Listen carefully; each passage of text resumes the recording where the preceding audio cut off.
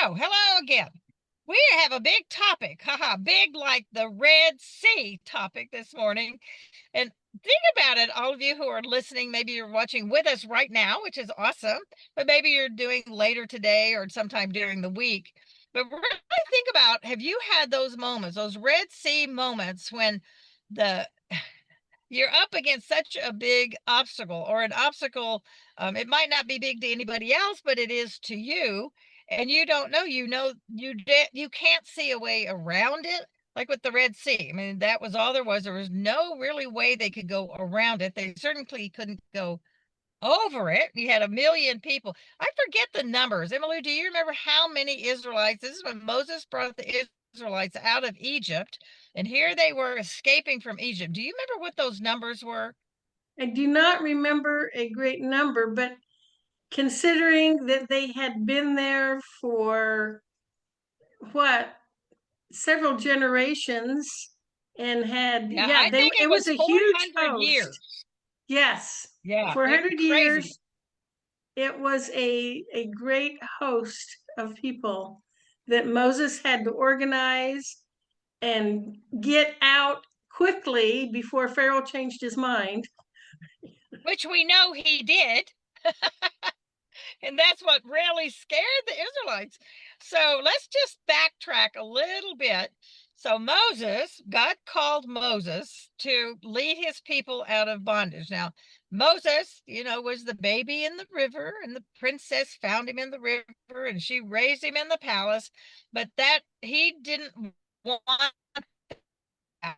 And he to do his heritage. He was a Hebrew. So but an incident happened. He killed somebody, and Pharaoh was after him. This is the quick version. And he left. He ran away. And he was, for 40 years, he was out in Midian, I think, if I recall, and got married and was a sheep herder, sheep shepherd, and all of that. And God called him. And if you are familiar at all with the scripture, he had an encounter with the burning bush, which was God speaking to him. And so, Emily, tell us a little bit about, did Moses say, "Oh, yeah, Lord, I'm ready to go"? Well, first of all, I want to comment on the preparation he had. If you think about it, he had those years in the court, so he was familiar with Egypt, with the government, with how things worked. He had that background. And then he had those years in the wilderness where he was being trained in his religion, his heritage. And he had this, his relationship with God was strong. He knew who he was.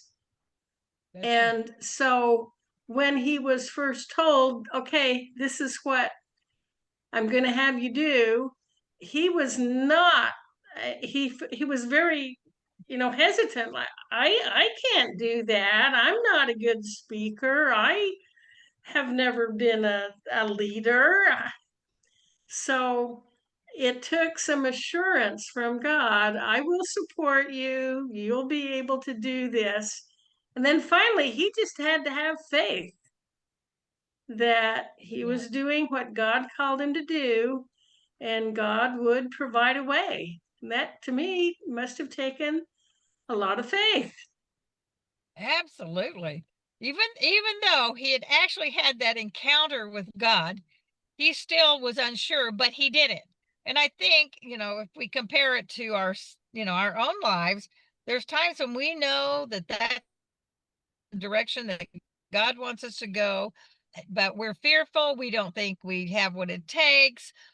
But the only thing that God requires and wants us to be is him and to obey him. And if he tells us to go someplace or do something or help someone or not do something, that could be that too.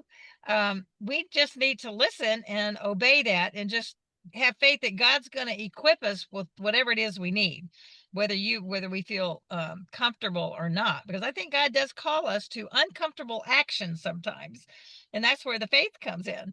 So as they were coming out of Egypt, they're escaping out, these millions of people. I mean, it really was millions. I think it was. I'm I will quite have to sure look it that up. I was. should have. But that was just when the number they give in the Bible, that was the men. And for every man, there's multiple. They've got kids and they've got wives, most of them, Yes. and and then on the cattle, and they took all of this stuff. I mean, I can't even imagine what it looked like. It must cover like the whole horizon of what you could see. And somehow they begin, the people at the back are saying, "Oh no, here come the Egyptians. They're coming at us." Now the front of the I think when we find ourselves in that kind of situation, that's where we say, okay, what am I going to do? Am I, am I going to whine and complain, which is what the Israelites did? Whine and complain. We should have stayed in Egypt, even though they had been in bondage for 400 years, I think. They had been in bondage. The Egyptians treated them horribly. And oh, but we should have stayed in Egypt because now we don't know what we're going to do, as opposed to having faith in the God that did all those miracles for them to get out of Egypt. Their memory was pretty short. Yes, but it does seem to ring true of human nature. We want what we know. It's that fear of the unknown. Sometimes we Yeah, will choose what we know, even if it isn't what we want, rather than risk the absolutely. unknown. I all the time women who are in okay, yeah, I have a little there. Yeah, women that go to work at a job that they but they're too hesitant or afraid to look for another job comfortable in that job, right? Yes, that's a beautiful example. They may have a dream.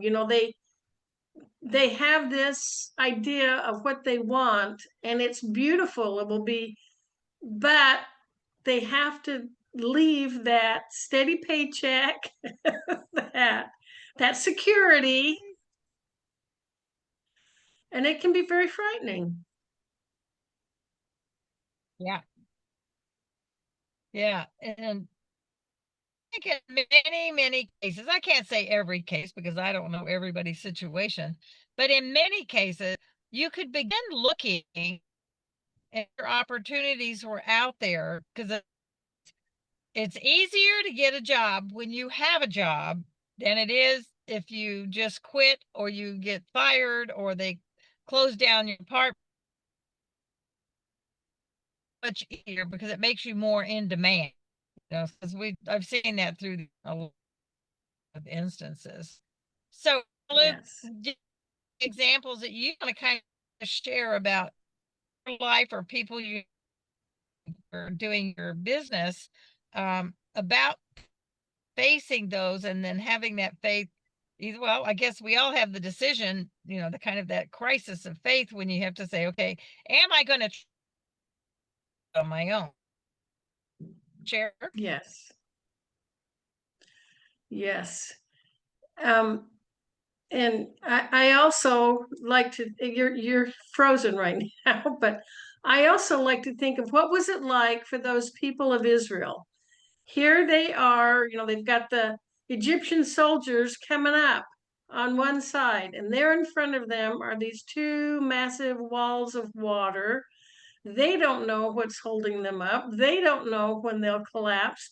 And they are asked, they had to take that first step.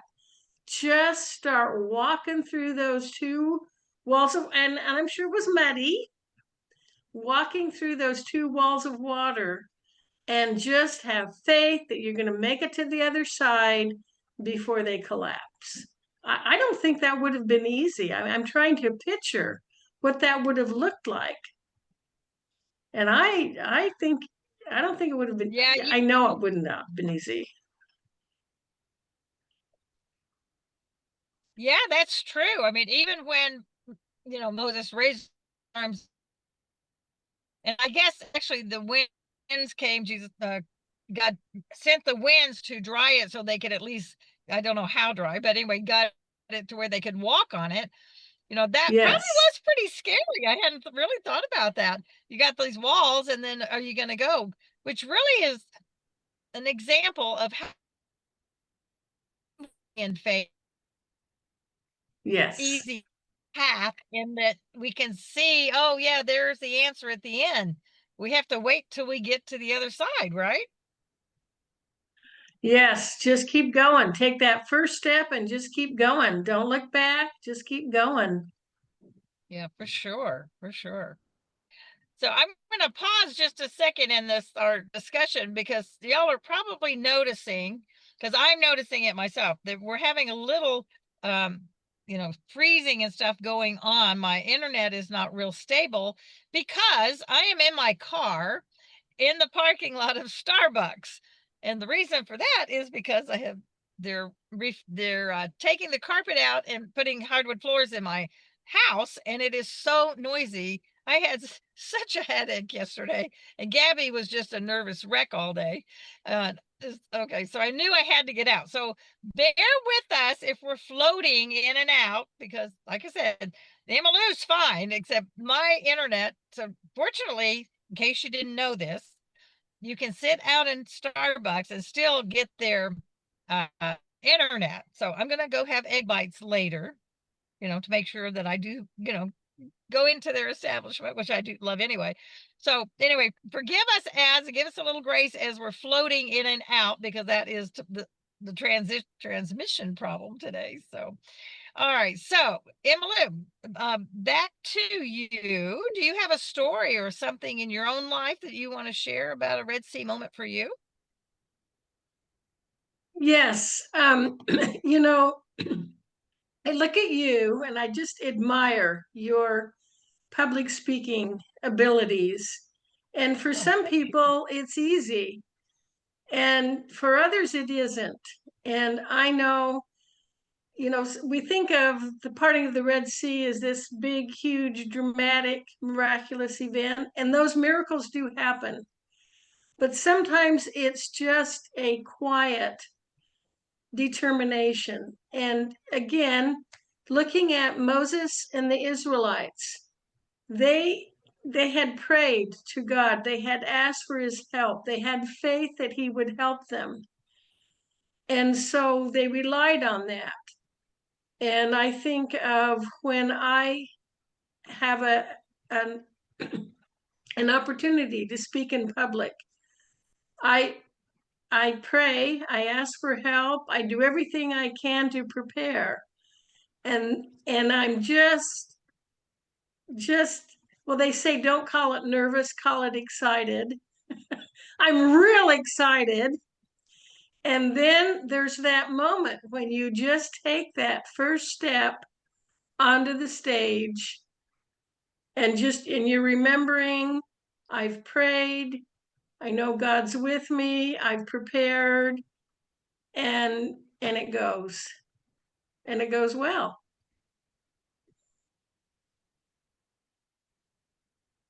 Right. And I think, Uh, like you said, that preparation, really making sure that we've done what we can do, yes. and then so I think there is responsibility on our part. I mean, I don't, we can't just say, okay, I'm going to get up and wing it and God will take care of me. Well, there are times when we're in situations where we do wing it and he does.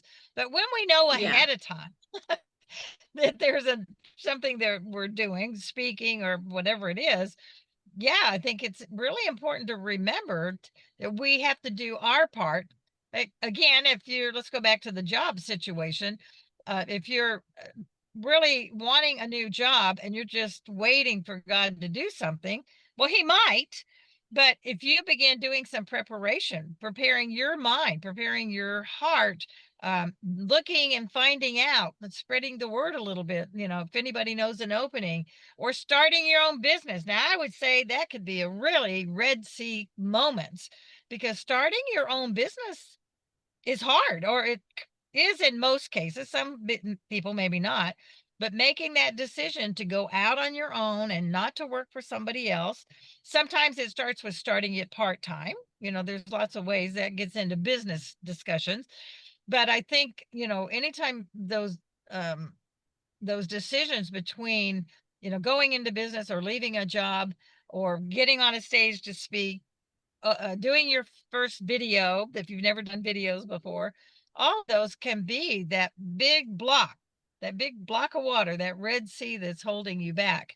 Um, I have a, I asked Bill this morning because I can think of several, but I've shared a lot of my what I call Red Sea moments with y'all through the years, and I think Kathy is probably on here this morning. Like I said, I can't see who's there, but she's heard. I think she's heard all my stories except Kathy. Here's a new one today. I had forgotten about it, and I asked Bill. I said, I'm talking about Red Sea moments. What would you say? Red Sea moment that we've had in our life. And he said, "Oh, you mean like the time we sold the house, we had to be out on a certain day, and we had no place to go." And I said, "Oh, I forgot about that one." And it was true. It was right here in Kansas City. We had the house for sale. Bill, real estate for a lot of us, for a lot of people, real estate is a very up and down, unpredictable business. And his business, our business as a family, has been real estate management. And so we had lost a big contract. Bill was, we didn't have the contract anymore in business. So Bill was looking for a job. So he was in the middle. He had three different companies that he was talking to. But we knew we had to sell the house so that we could move to wherever he got the job. One of the places was Nashville, one was Phoenix, Arizona. And I actually don't remember where the third one dropped out pretty early. So he didn't have a job.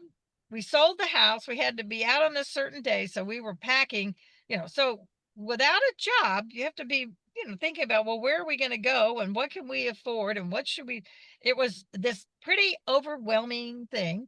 But we just really, it's like, okay, Lord, I don't know anything else to do. That is like, I don't see a way around it. We haven't been hired yet. We don't know where we're going. Can't sign a lease on an apartment.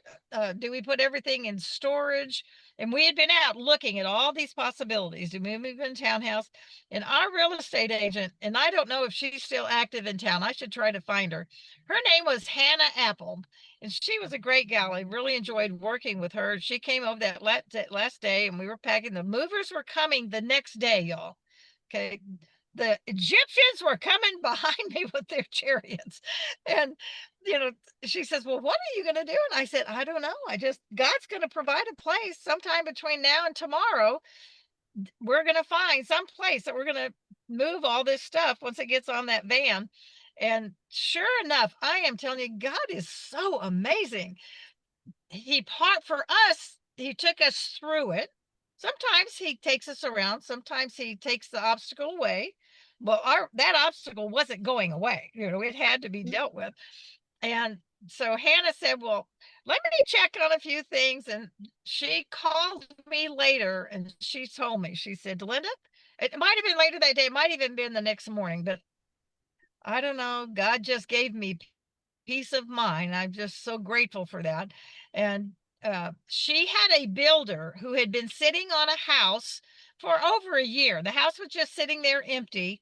And she asked him if we could move in for a couple of months until we figured out what job we were going to have and that, whatever. And he said yes. Unbelievable.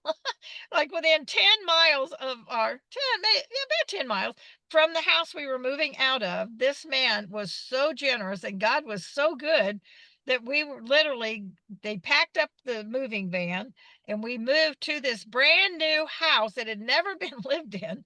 And for the builder, it helped him because we paid the utilities while we're there.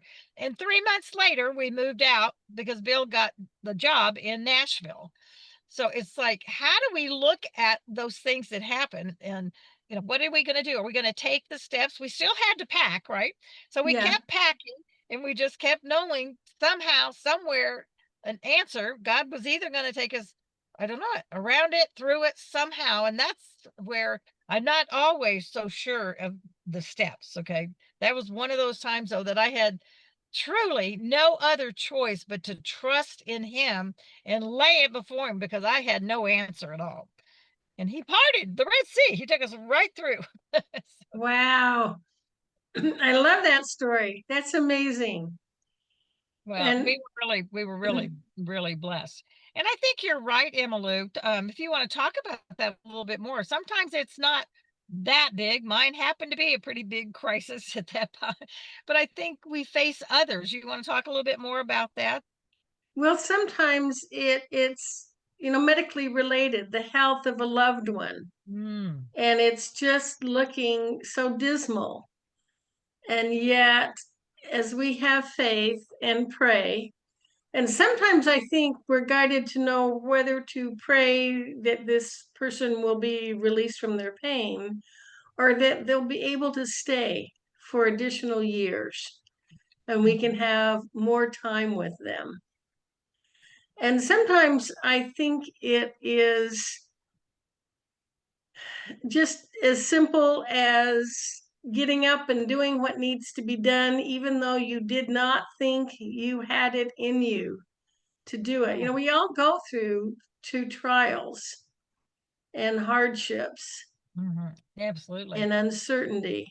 I'm also thinking of times when we've been without employment, without income, with several children living at home, and just praying and having faith.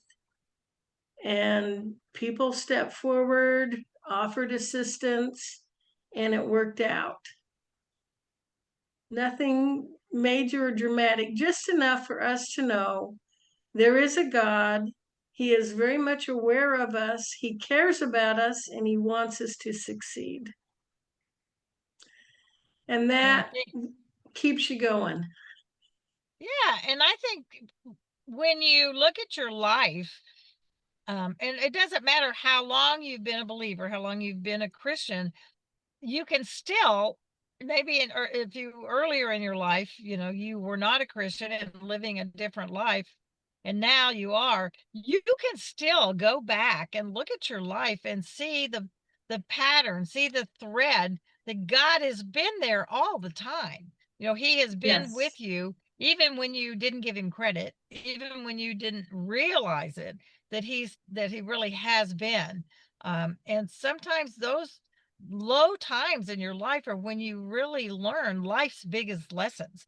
And that's where you really learn to trust. Wouldn't you agree? Oh, totally. When I look back at my life, the times in my life when I experienced most growth were not the times when everything was going well. They were the times when I had to struggle. And Mhm. that's when I learned the most. Mhm. Well, and when you were telling about when you had children at home and times when you didn't have a job and people helped out, it's cool to see that, that's God at work, Yeah. bringing those people to your aid. And I'm sure through the years that when you have been working and you've also helped those other, maybe not the same people, but you've helped others as we go down the road. We share as we can, right? But quite often we have the opportunity to be God's hands. Quite often, when God blesses us, it's through the actions of others. Mhm. Your real estate agent who went to the effort to make a phone call, try and help you find a place. Oh, yes. Yes. And I think, sometimes our society sort of trains us to not share when we're in a bad place. Oh, yeah, Like, yeah. should I We have were told not her? admitting to I couldn't anyone. anyway, because I'm just kind of an open book. Yeah, we don't want Yeah. people to know that, whatever, and when we're in a bad situation. And yet, when we just not in a whining, it's not whining, but just as you're sharing, as I shared with Hannah, and as the people in your circle knew that you needed help, then they can help and they get the blessing of helping. And like I said, I am going to look for her today. I hadn't thought about her in years. And I hope she's still in here in Kansas City. And if she is, I'm going to call her and say, let's go to coffee. Truly, God used her to save us. So Yes. it really just is so amazing. The people in our lives that will help. And I think as women, we need to open ourselves up to ask for help when we need it. If you need an it could be as much as I think of my neighbors when my kids were really small. Alicia had colic and she cried, honest to goodness, I think she cried almost her whole first few years. I couldn't wait till she got to a time when she did, but bless her heart, she continued has had stomach issues her whole life. But anyway, she had colic, and it got so hard as a mom. I don't know if your kids had colic, but I had several neighbors on the street, and we would play. And Alicia stayed on my chest, like in one of those wrap things. Wasn't really a wrap; it was like a, I don't know, backpack, something, Yeah, on yeah, me. I But know. my one friend, she would come down and she'd say, "Why don't you just go to the grocery store, and I'll just stay with Alicia for you to go do that?" And I said, "But oh, she's gonna cry." And she said, "That's okay. I can handle it for an hour or two, so you can get out for an hour or two." I mean, that is What the a gift. blessing. I mean, such a gift, because he traveled. I mean, it's not like a single month sometimes, because travel 3, 4 nights a week, every week. He was always traveling, and so it was a blessing. And so we should be okay, even though I didn't have to ask her, because I'm sure I was knew my need by being my friend. And so I think as we can do the same thing when we see our friends who need something, and maybe it's a meal, maybe it's have a cup of coffee, maybe it's to hold your crying baby for an hour, So we Well, never and know we how. have to, and we need to be in a position to accept the help. Yes, yes, And also it, I would, I'm like that. I don't want to be a burden. I don't want to ask for help. But sometimes I have to think, I'm giving them an opportunity for a blessing. yes, yeah. Because I think they always are. When they do help us, it is a blessing, and it makes them feel better.